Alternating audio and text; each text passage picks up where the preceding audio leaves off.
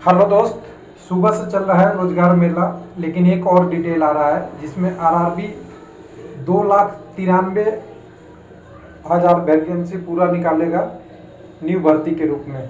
तो पहले कंफ्यूजन सबको था, जैसा कि बोला जा रहा था कि 10 लाख जो वैकेंसी होगी उसमें से एक साल में पूरा होगा। हालांकि अभी भी कंफ्यूजन है 1 ईयर में कंप्लीट होने का।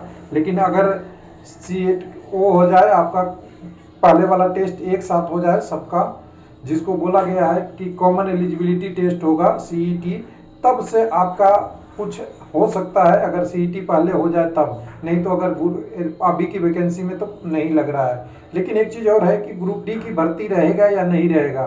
तो एक पीडीएफ शेयर हो रहा है, उसमें पूरा डिटेल है। डिटेल को हम थोड़ा देखेंगे तो टोटल 2,93,943 पोस्ट की बात हो रही है। इसका ब्रेकअप है, तो इसमें से ग्रुप सी का कितना रहेगा और डी का न्यूज अच्छा नहीं आ रहा है। इससे एक क्लियर हो रहा है कि ये न्यू वैकेंसी है।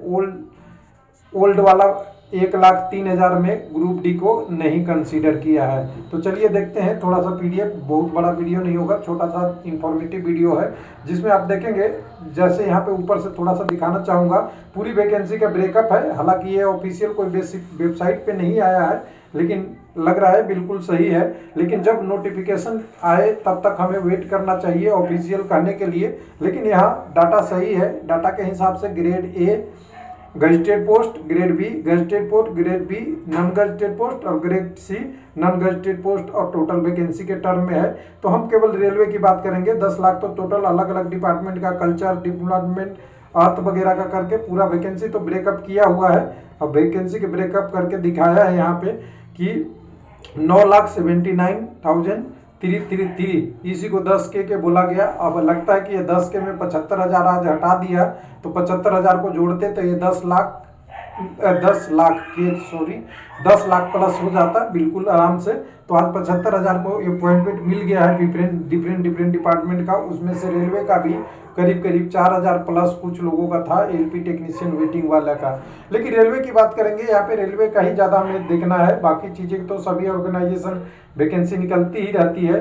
तो रेलवे हमें यहाँ मिलेगा। और रेलवे में ध्यान देने वाली बात है कि सबसे पहले जो हमने थंबनेल में डाला था ग्रुप डी के बारे में, तो यहाँ पे ग्रुप डी के बारे में वैकेंसी की बात हो रही है, वो नील हो रही है। इस सीट में कोई वैकेंसी नहीं है। जबकि जानते हैं कि रेलवे में ग्रुप डी की इम्प्लाई सबसे ज़्यादा होते हैं और ग्रुप डी की वैकेंसी रेगुलर आती रहती है, जिससे पोस्ट भी भरा जाता है और गवर्नमेंट भी इसको पब्लिसिटी करती है, जिससे ज़्यादा लोगों को भर्ती ले रहे हैं और इलेक्शन के टाइम में भी इसको मुद्दा उठाया जाता है। लेकिन इस नोटिस में नहीं है, जो आश्चर्य लग रहा है थोड़ा मुझे। लेकिन यहाँ पे रेलवे की देखेंगे तो ग्रुप ए में गजेटेड पोस्ट के लिए 1420 और ग्रुप बी में गजेटेड का 904 और 117 नॉन गजेटेड की बात हो रही है।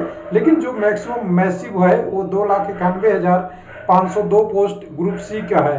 तो ग्रुप सी में एलपी टेक्नीशियन की बात हो रही है, जेई का भी होगा, एनटीपीसी का भी होगा, अगर इसके बाद कहें तो एसएससी भी होगा, मिनिस्ट्रियल एंड आइसोलेटेड कैटेगरी का भी होगा और साथ में ये कह सकते हैं पैरामेडिकल स्टाफ का भी हो सकता है।